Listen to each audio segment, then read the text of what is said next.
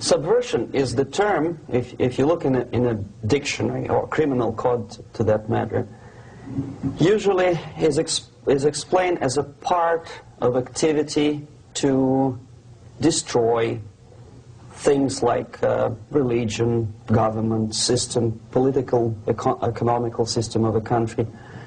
And usually it's linked to espionage and such romantic things as blowing up bridges, sidetracking trains, cloak and dagger activity in Hollywood style.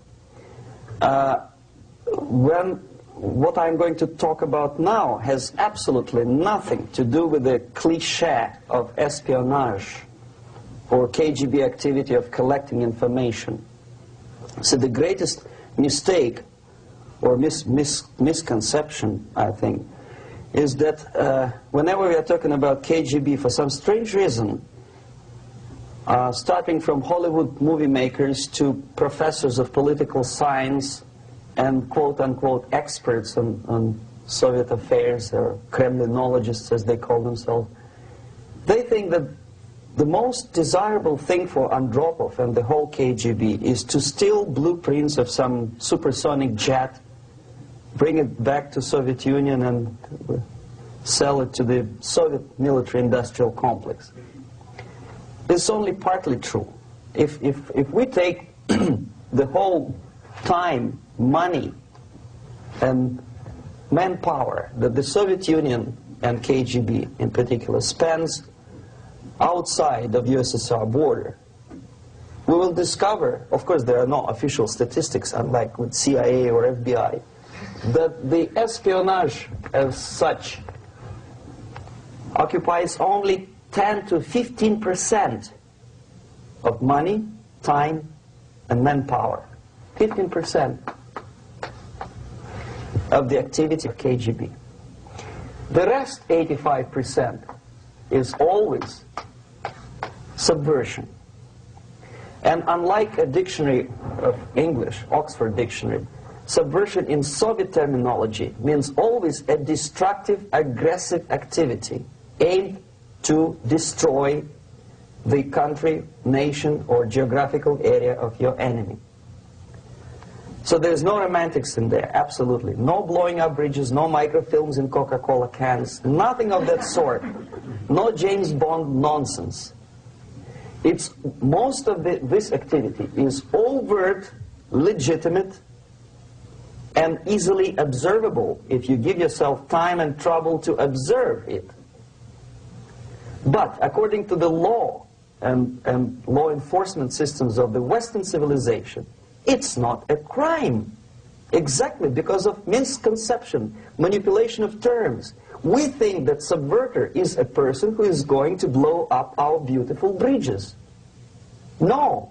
Subverter is a student who comes for exchange, a diplomat, an actor, an artist, a journalist like myself was 10 years ago. Now, subversion is an activity which is a two-way traffic. You cannot subvert an enemy which doesn't want to be subverted. If you know history of Japan, for example, before 20th century, Japan was a closed society. The moment a foreign boat comes to the shores of Japan, the Imperial Japanese Army politely tells them to get lost. And if American salesman comes to the shore of Japan, let's say 60 or 70 years from now back, and says, oh, I have a very beautiful vacuum cleaner for you, with the good financing, he says, please leave us, we don't need your vacuum cleaner.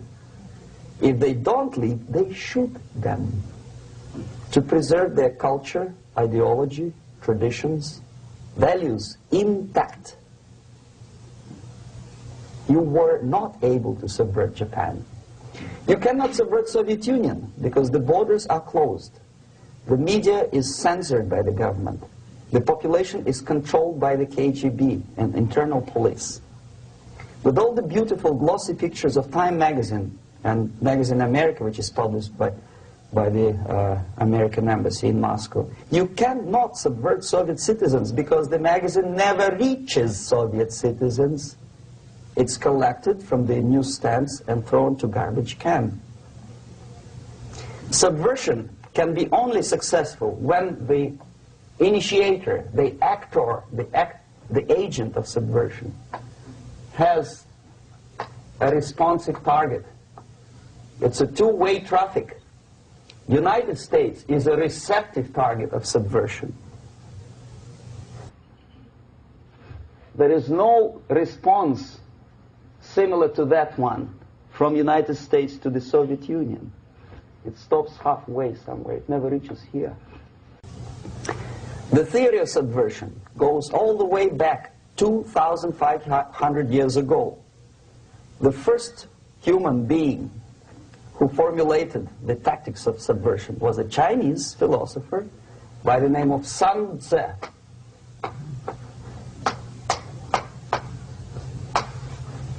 2,500 years BC.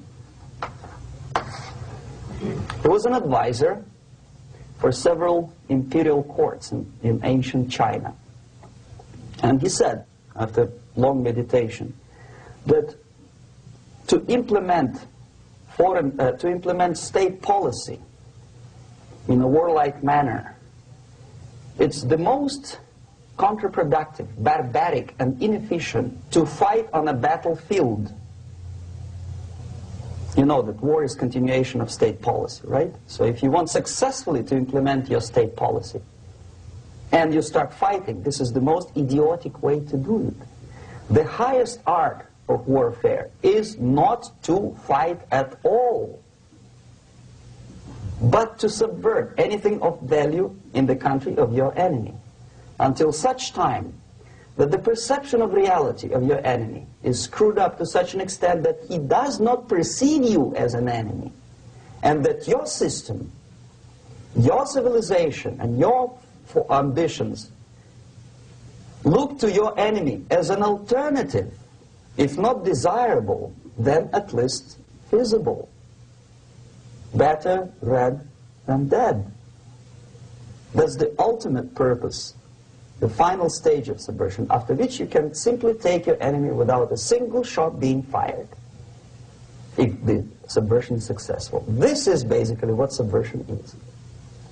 As you see, not a single mentioning of blowing up bridges. Of course, Sun Tzu didn't know about blowing up bridges. Maybe there were not that many bridges at that time. But the basics of subversion is being taught to every student of KGB school in USSR and to officers of military academies. I'm not sure if the same author is included in the list of reading for American officers, to say nothing about ordinary students of political science. I had difficulty to find the translation of Sun Tzu in the library of a university in Toronto and later on here in Los Angeles. But it's a book which is not available. It is forced to every student in USSR. Every student who is taught to be dealing further in his future career with foreigners. What subversion is? Basically, it consists of 4 periods, time-wise. If we start from here and go this way, time, right? This is the beginning point. The first stage of subversion is the process which is called, basically, demoralization. It says for itself what it is.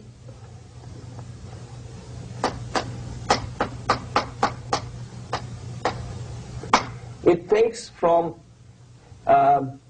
say, 15 to 20 years to demoralize a society. Why 15 or 20 years? This is the time sufficient to educate one generation of students or children. One generation, one lifetime span of a person, a human being, which is dedicated to study, to shaping up the outlook, ideology, personality. No more, no less. Usually it takes from 15 to 20 years. What it includes? It includes influencing, or by various methods, infiltration, propaganda methods, direct contacts, doesn't really matter. I will describe them later. Of various areas where public opinion is formulated or shaped. Religion, educational system, social life, administration, law enforcement system, military, of course, and labor and employer relations, economy. Okay? 5 areas. I will not write them down because we will not have enough space. Sometimes when I describe all the methods, students ask me question, are you sure this is the result of the Soviet influence? Not necessarily. You see, the tactic of subversion, about which I'm talking, is similar to the martial art, the Japanese martial art. If some of you are familiar with that tactic, probably you will remember that if an enemy is bigger and heavier than yourself, it would be very painful to resist his direct strike. If a heavier person wants to strike me in the face, it would be very naive and counterproductive to stop his blow. The Chinese and Japanese judo art tells us what to do. First to avoid the strike, then to grab the fist and continue his movement in the direction where it was before, right? Until the enemy crashes in the wall. You see? So, what happens here? The target country obviously does something wrong. If it's a free democratic society, there are many different movements within the society. There obviously, in every society, there are people who are against this society. They may be simple criminals, ideologically in disagreement with the state policy, conscientious enemies, simply psychotic personalities who are against anything, right? And finally, there are a small group of agents of a foreign nation, bought, subverted, recruited, right? The moment all these movements will be directed in one direction, right?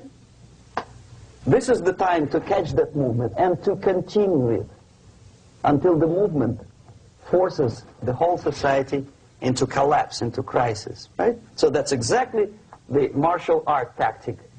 We don't stop an enemy. We let him go. We help him to go in the direction we want them to go. Okay? So, on the stage of demoralization, obviously there are tendencies in each society, in each country, which are going to opposite direction from the basic moral values and principles. To take advantage of these movements, to capitalize on them, is the main purpose of the originator of subversion. So we have religion, we have education, we have social life, we have power structure, we have labor relations, unions, and finally we have law and order. 1, 2, 3, 4, 5, 6. Okay? These are the areas of application of subversion. What it means exactly? In case of religion, destroy it, ridicule it, replace it with various sects, cults, which bring people's attention, faith, whether it is naive, primitive, doesn't really matter. As long as the basically accepted religious dogma is being slowly eroded and taken away from the supreme purpose of religion, to keep people in touch with the supreme being, that serves the purpose. Therefore, replace it, accepted, respected religious organizations with fake organizations. Distract people's attention from the real faith and attract them to various different faiths. Education. Distract them from learning something which is constructive, pragmatic, efficient. Instead of mathematics, physics, foreign languages, chemistry, teach them history of urban warfare, natural food, home economy, your sexuality, anything, as long as it takes you away, okay, Social life. Replace traditionally established institutions and organizations with fake organizations. Take away the initiative from people. Take away the responsibility from naturally established links between individuals, group of individuals, and society at large, and replace them with artificially, bureaucratically controlled bodies. Instead of social life and friendship between neighbors, establish social workers institutions. People who are on payroll of whom? Society? No. Bureaucracy. The main concern of social workers is not your family, not you, not social relations between groups of people. The main concern is to get the paycheck from the government.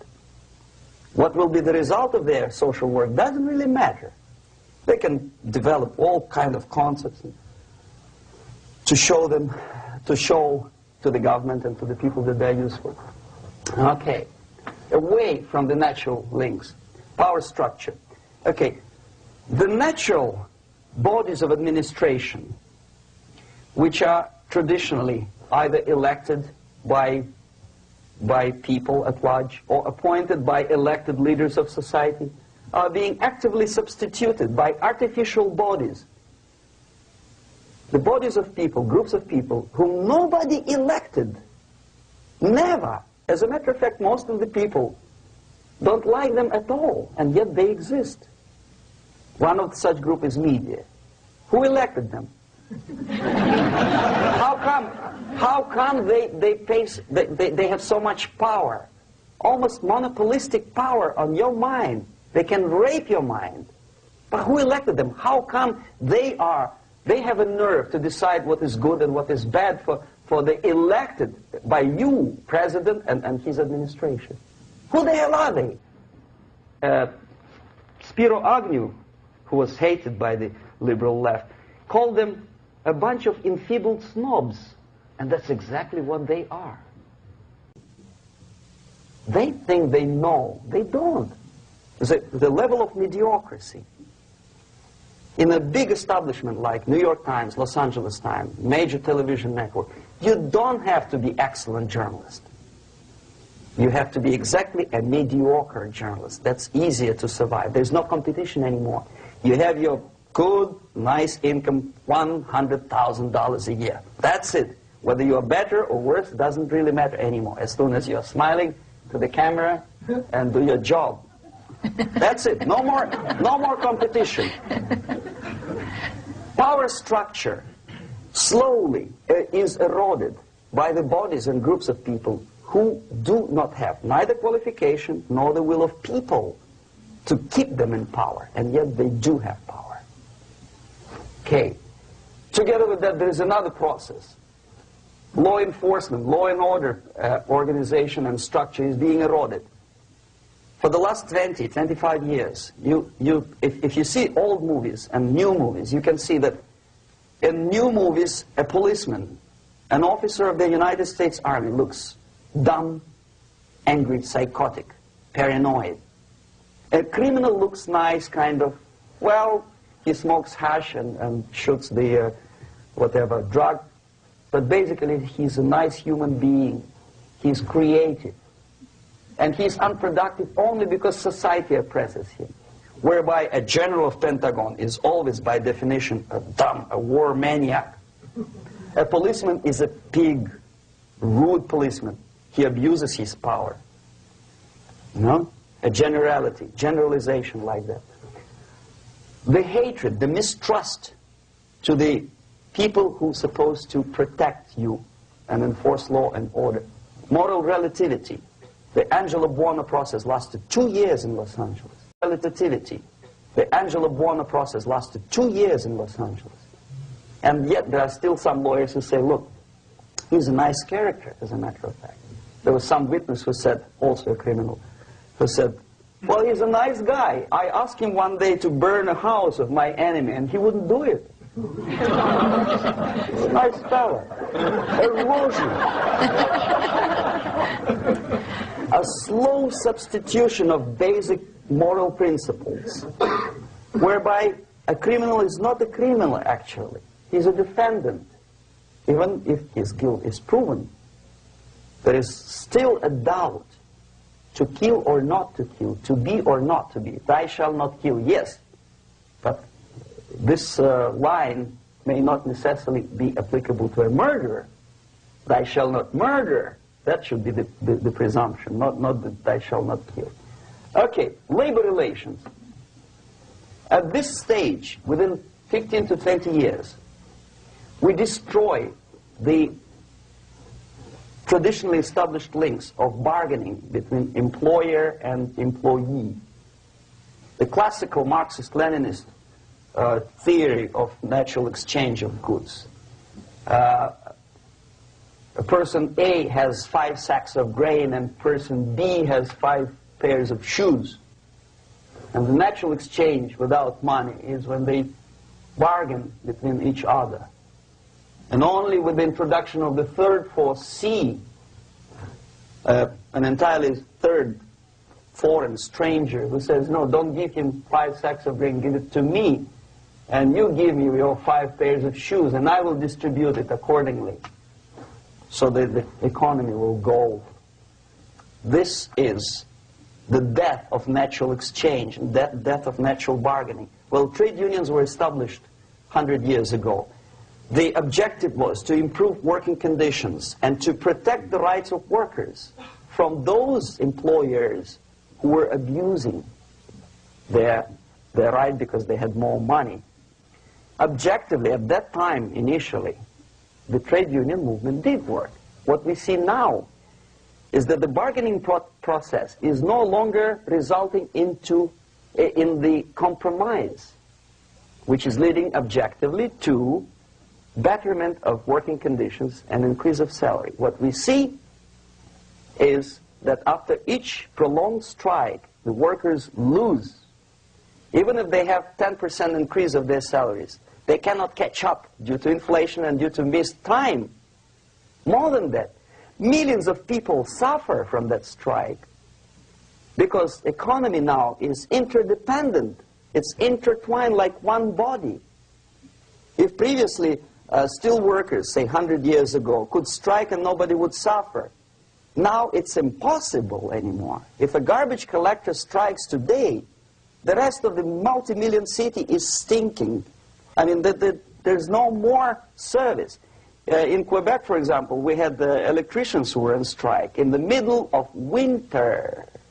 You can freeze your bottom, and they still were on strike. Did they catch up with the salary? No, they lost. Who benefited? The leaders of trade unions. What is the motivation for strike? Improving of workers' condition? No, obviously it's not. Then what is it? Ideology. To prove to these capitalists. And the obedient horde of workers, like sheep, follow these people. And they cannot disobey. Why? Because if they do, you know what happens to them. Pickets, murders, shooting truck drivers by picketers. In Montreal, for example, I saw with my own eyes when I was correspondent of CBC, International, Canadian Broadcasting Corporation, when the workers of aircraft factory destroyed computers and the equipment in the factory. And the administration employed strike breakers. Their cars were turned upside down and burned. Their houses were burned. Their kids were intimidated. And some victims were there. Of that you can be sure. Why? To improve conditions of workers? No. Ideology. Okay, so this is what happens basically. It may or may not happen without the help of the Soviet Union. But the natural tendencies are being greatly taken advantage of and capitalized by the Soviet propaganda systems. How? Whenever trade union strikes, we have influx of propaganda, mass media, ideological dissemination. The workers' right, and we repeat it like parrots. Yes, workers' right. Whose rights? Workers? No. The only freedom of worker to sell his labor according to his own desire and will is taken away from him. By whom? By trade union boss. Unlimited power is given. Responsibility. I want to sell my labor not for $2.50 an hour, but for $2. I don't have right. My freedom is denied to me. I know that if I sell my work for $2 an hour, not for $3 an hour, I will compete better with the other guy who is lazy and more greedy. I don't need $3. I need only $2. No, I was made to believe by media, by business, by advertising agencies that I need more and more and more. Have you ever heard any advertising on TV to consume less? No. No way. Whether you need a six-cylinder car or not, you have to buy it. And hurry up. When I was driving here, on the local radio station, an excited announcer said, "You hurry up, rush and save, save, save. There is a pantyhose sale." Save by buying more. Of course. It would be too naive to expect that KGB makes that advertising agency to do such a crazy commercial. No, of course not. But what we did when I was working for Novosti Press, we would snow plow editorial offices, student organizations, religious groups with literature of class struggle. If not directly Marxism-Leninism propaganda, then a propaganda of the legitimate aspirations of working class, betterment of life, equality. Equality, mind you. President Kennedy once said, we will make America to believe that people are born equal. Are people born equal? Is there any mentioning in the Bible or any other holy scripture in any religion, if you don't believe me, go to the library and check it. There is not a single word about equality. Just the opposite. By your deeds, God will judge you. What you do is important. The merit of your personality. You cannot legislate equality. If you want to be equal, you have to be equal. You have to deserve it. And yet we build our society on the principle of equality. We say people are equal. We know it is false. It's a lie. Some people are tall and stupid. Others are short, bold, and clever.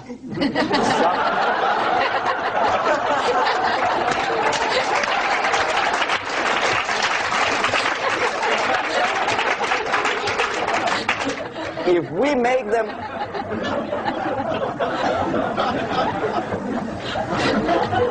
make them equal by force, if we put the principle of equality in the basis of our socio-political structure, it's the same thing as building a house on sand. Sooner or later it will collapse, and that's exactly what happens. And we, as Soviet propaganda makers, are trying to push you in the direction which you go yourself. Equality, yes, equality. People are equal.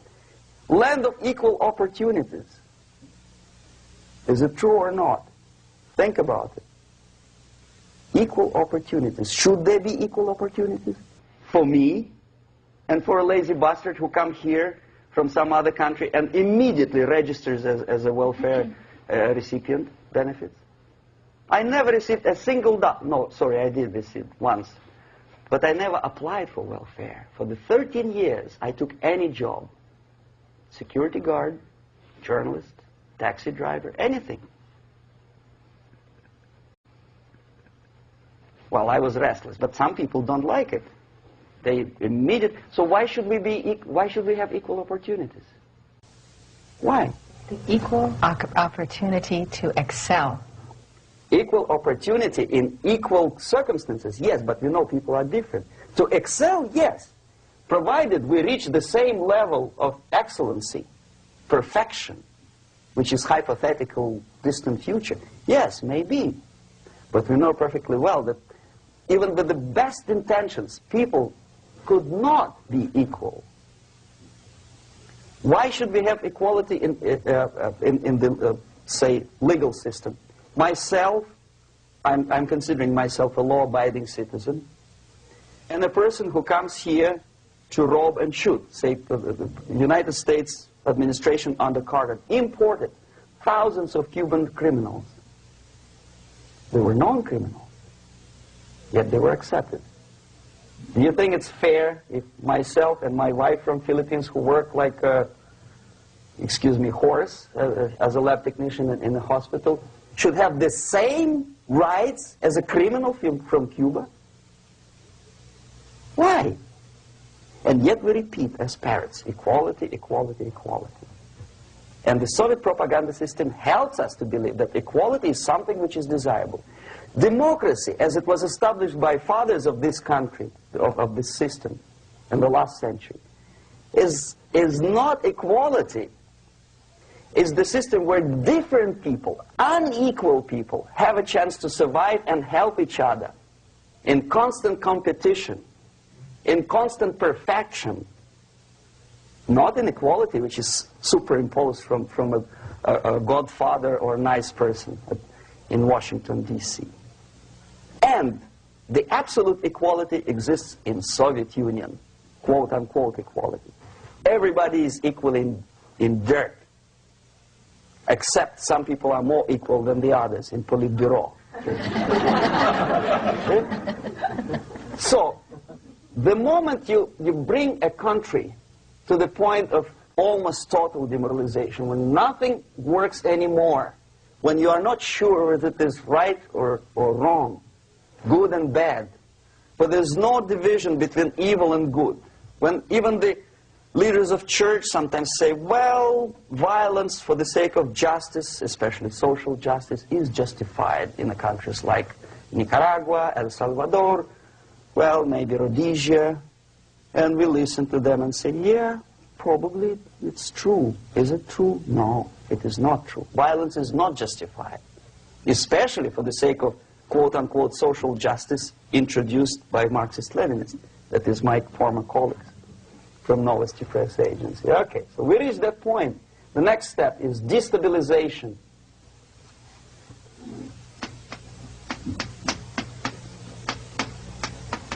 Again, this word says for itself what it is. To destabilize all the relations, all the accepted institutions and organizations in a country of your enemy.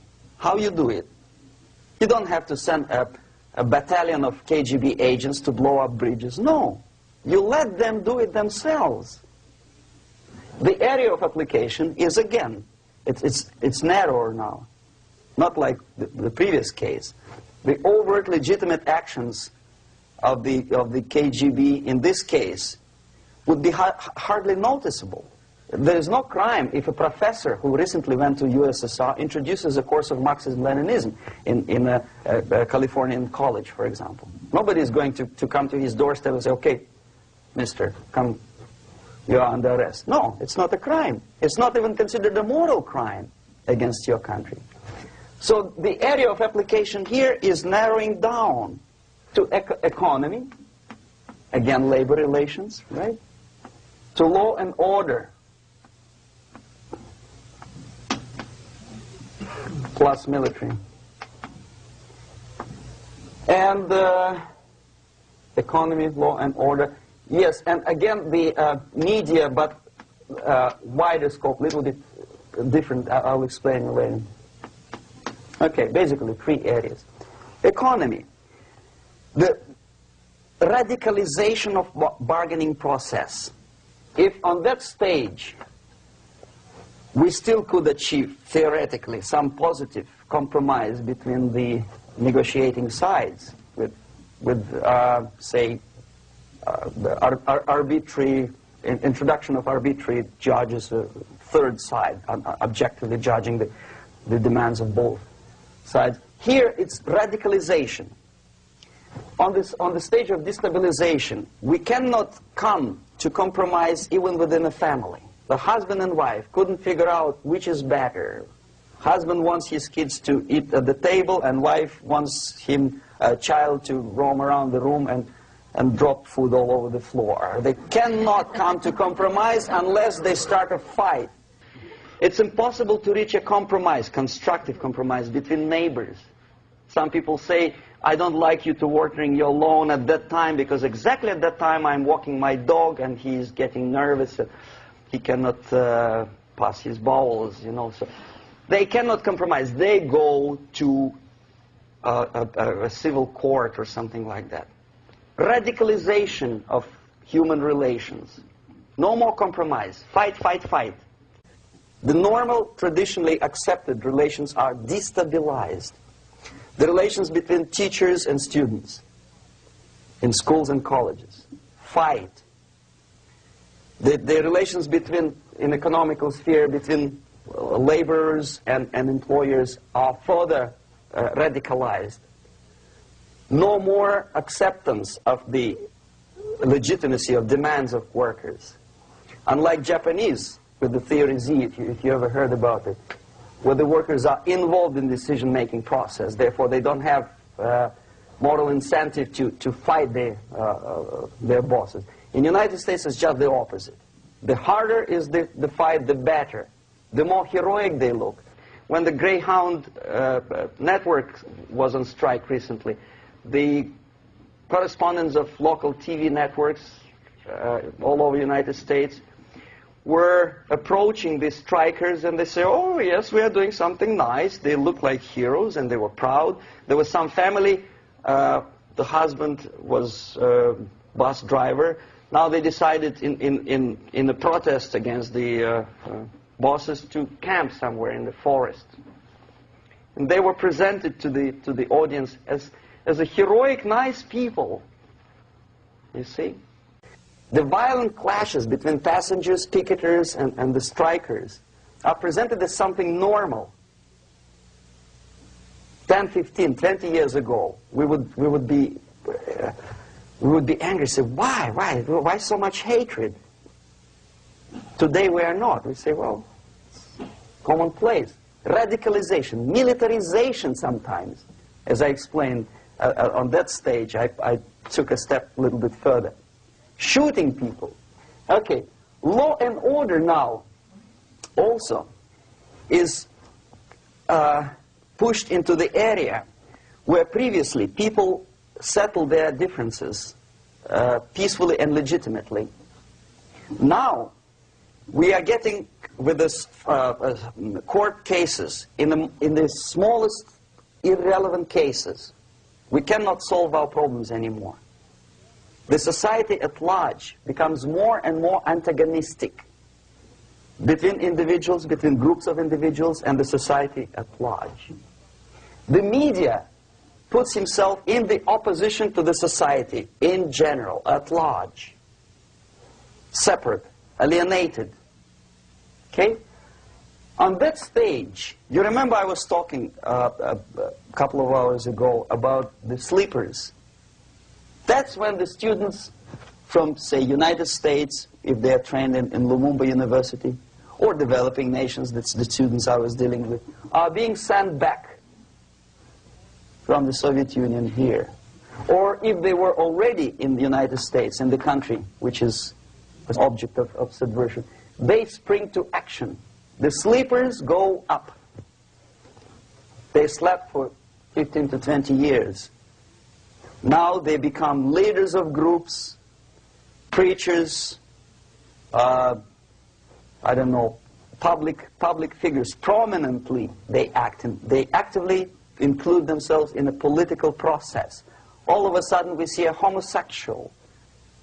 15 years ago he did his dirty job and nobody cared. Now he makes it a political issue. A political issue. He demands recognition, respect, human rights, and he rallies a large group of people. And there are violent clashes between him and police, his group and ordinary people, no matter what.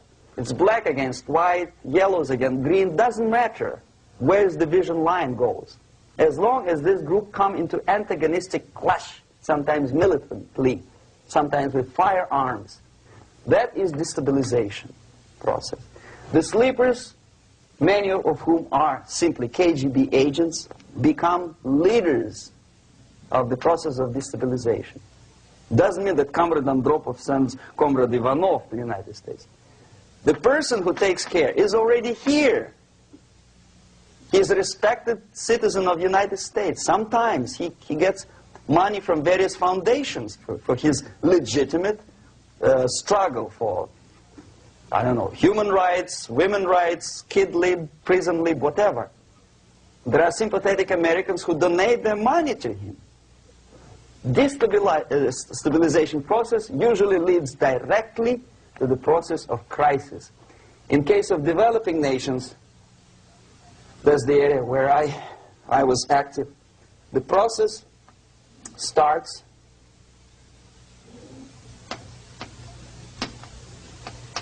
when the legitimate bodies of power, the social structure collapse. It cannot function anymore.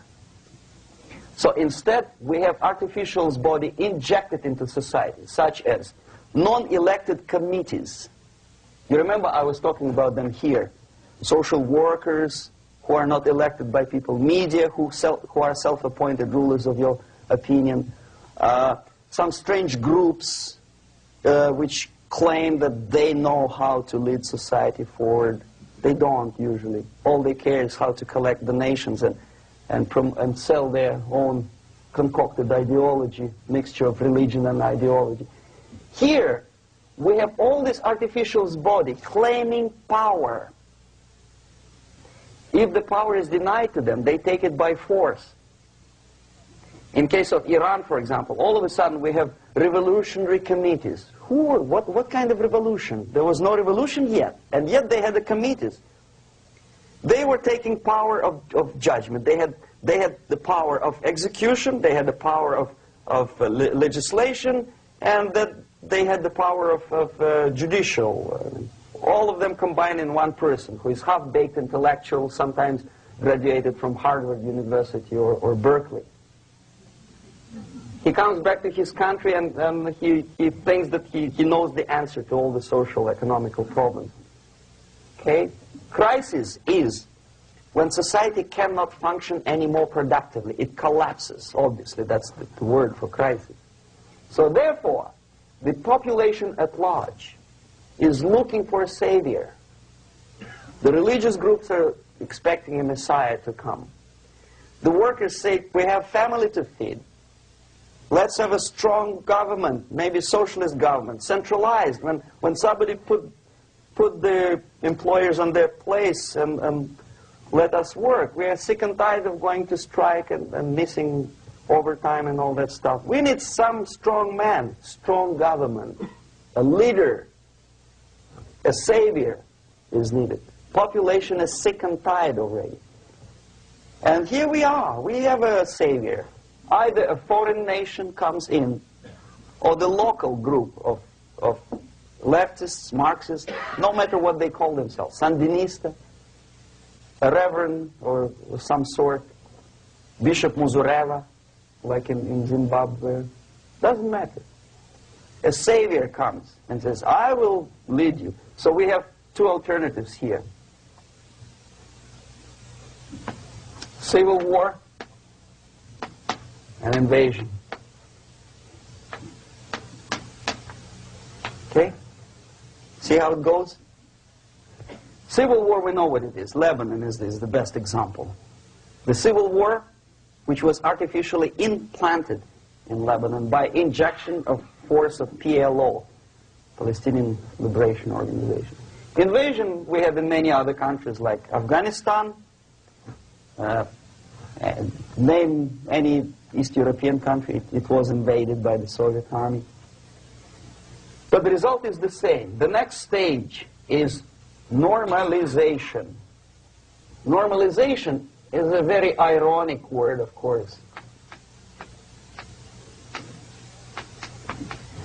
It is borrowed from 1968 situation in Czechoslovakia, when the Soviet propaganda and after them New York Times declared the country is normalized. The tanks moved into Prague, so there is no more Prague Spring, there is no more violence.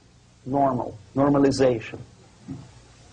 At that stage, the self-appointed rulers of the society don't need any revolution anymore. They don't need any radicalism anymore. So this is the reverse from destabilization.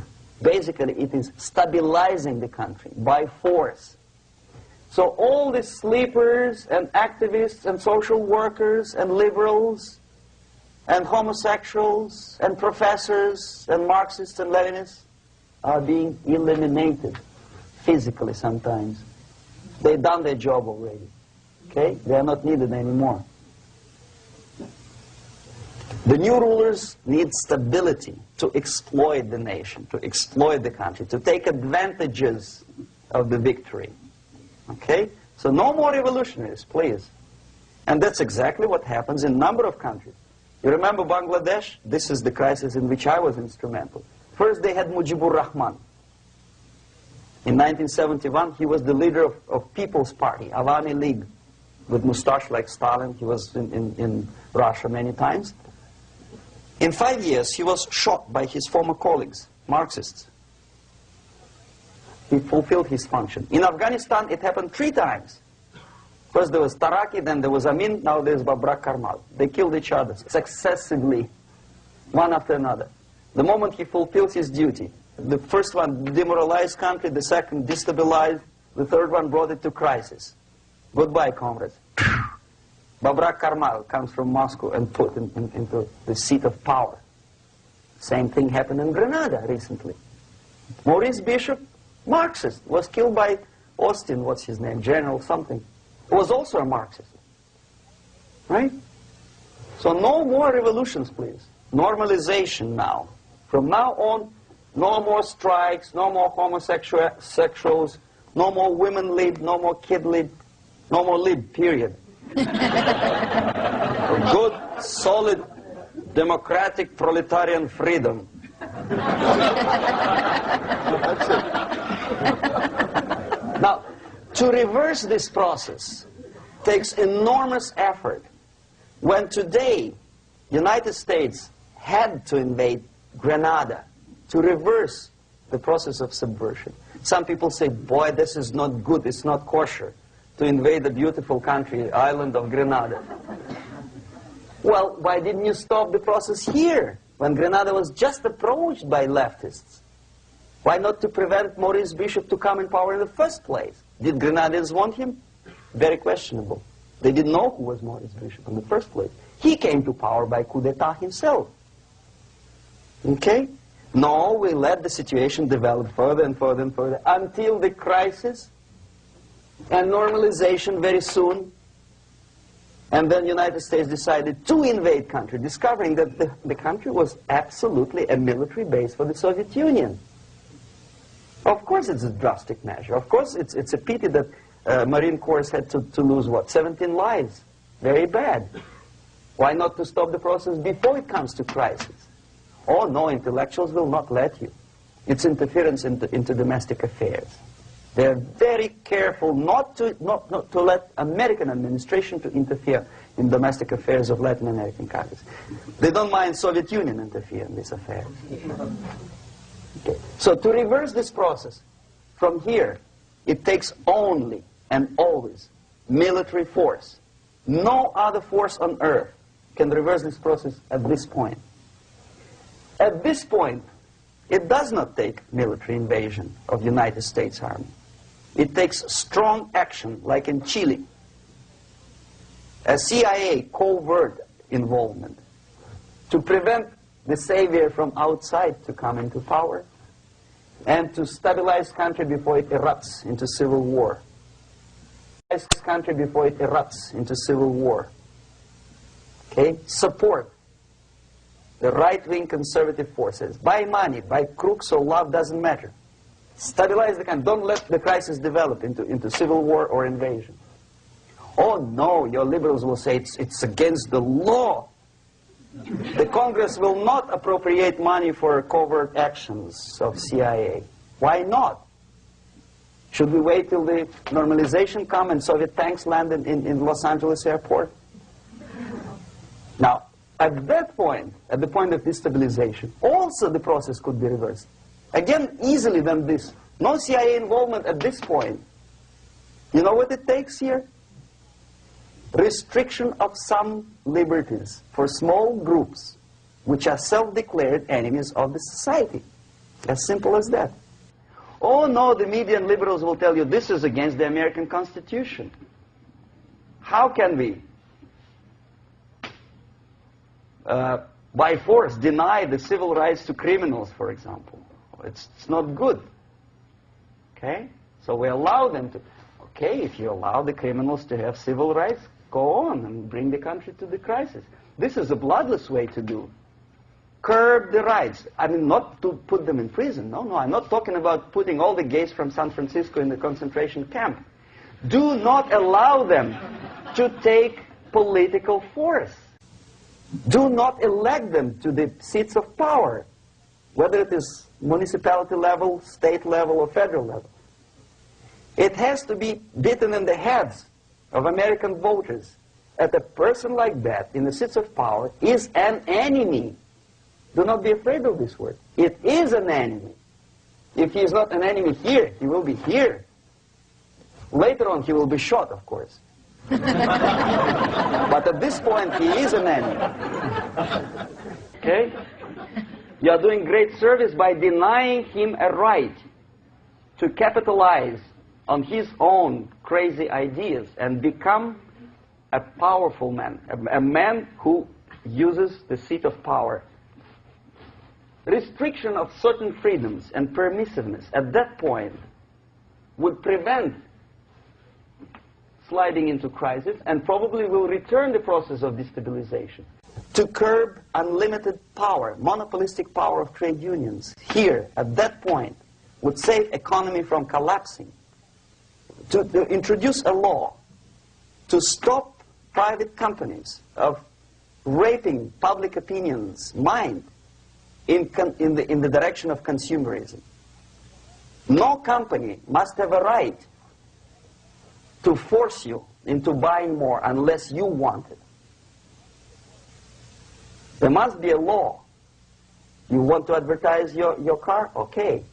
But not a single mentioning of buying it now and saving money. It must be against the law to force people to consume more. Self-restraint. Previously, before this process started, the self-restraint was a business of church, religion. Because our preachers, the fathers of church, would tell us, material values are good, but it's not the prime function of human being. Because you have to live with something. Obviously, the design for our life is not to consume more deodorants. There must be something greater. If such a complicated instrument as human body was created, obviously there must be some higher purpose for that.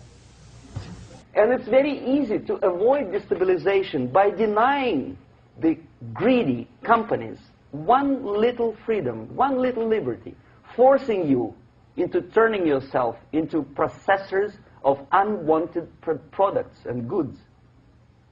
They turn you into machines, like the worm who there's inlet and outlet. So, and how long an average appliance lasts these days? Less than a year. Why? Where's workmanship? Well, we want you to buy more. Okay.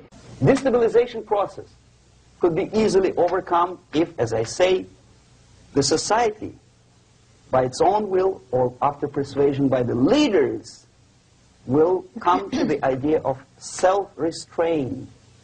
It's so hard we want to consume more, but you have to. Unless you will come to this stage, when, as we say in Russia, if Sahara Desert ever becomes a communist state, there will be shortage of sand. So you have to curb your...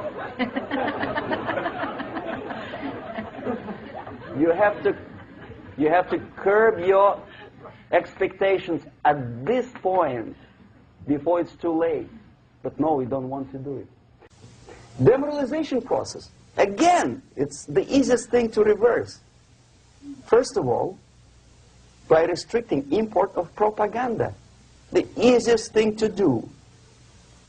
Unlimited, unrestrained import of Soviet literature, Soviet journalists. Giving Soviet propaganda and ideological agitators equal time on American TV network. It has to be stopped. And it's easy. They won't be offended, mind you. As a matter of fact, they will respect America more. But when my former colleague Vladimir Posner appears on Nightline, and Ted Koppel asks him, well, Vladimir, what do you think about this? And what can he think? He is an instrument of propaganda. He thinks what Comrade Andropov tells him to think. He's just a nice, articulate mouthpiece of the Soviet subversion system. And Ted Koppel makes you believe that my friend Vladimir Posner thinks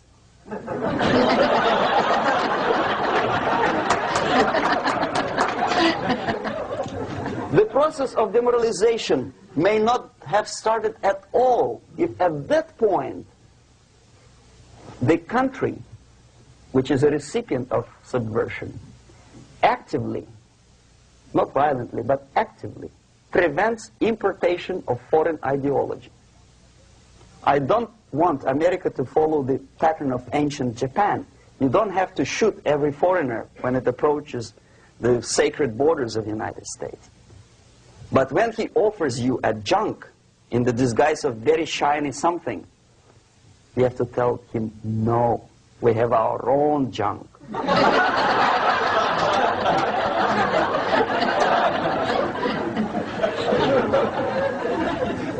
If at that point the society is strong, brave, and conscientious enough to stop importation of ideas which are foreign,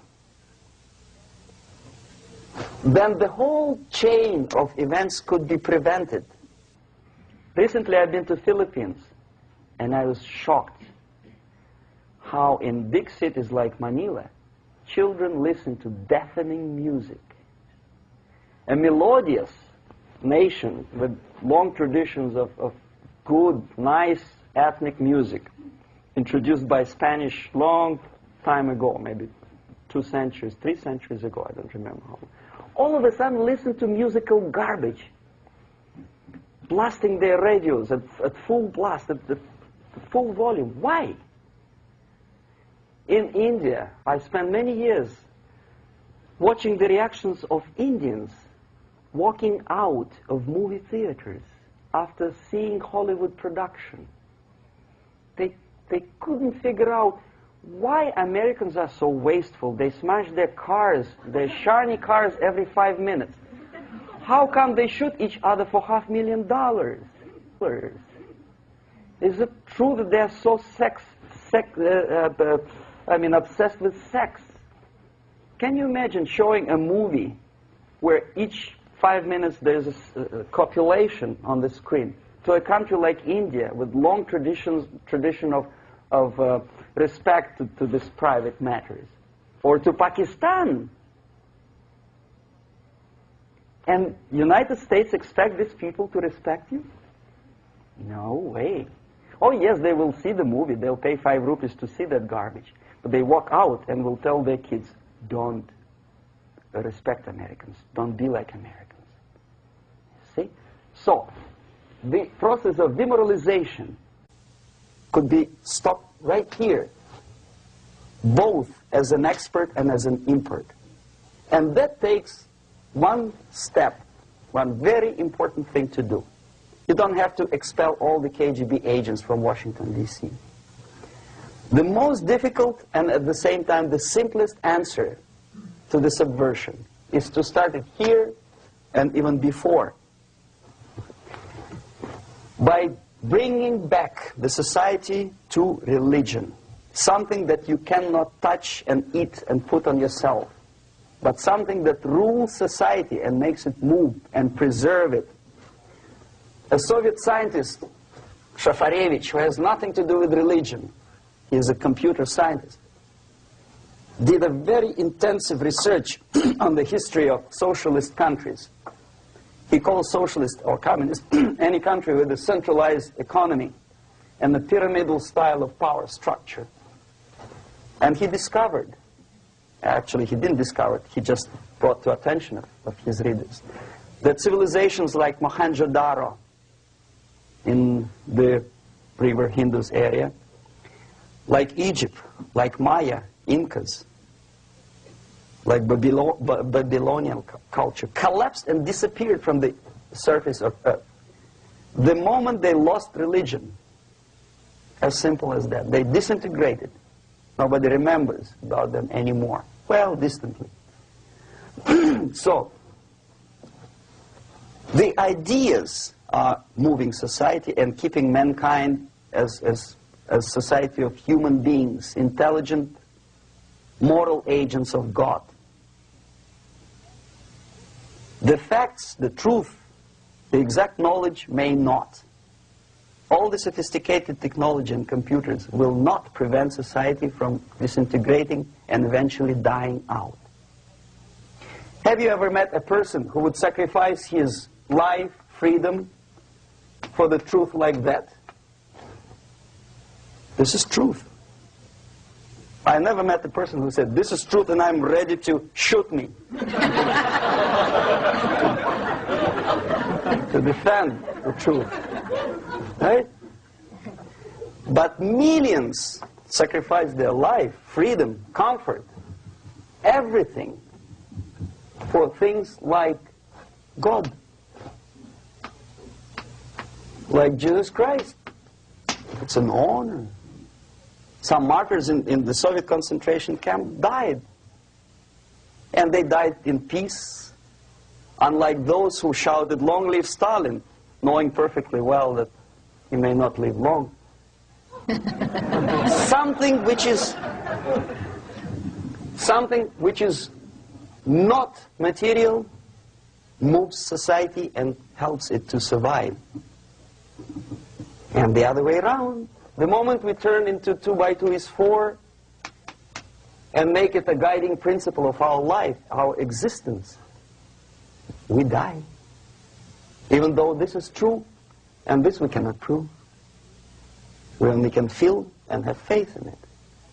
So the answer to ideological subversion, strangely enough, is very simple. You don't have to shoot people, you don't have to aim missiles and Pershings and cruise missiles at Andropov's headquarters. You simply have to have faith and prevent subversion. In other words, not to be a victim of subversion. Don't try to be a person who in judo is trying to smash your enemy and being caught by your hand. Don't strike like that. Strike with the power of your spirit and moral superiority. If you don't have that power, it's high time to develop it. And that's the only answer. That's it. Thank you.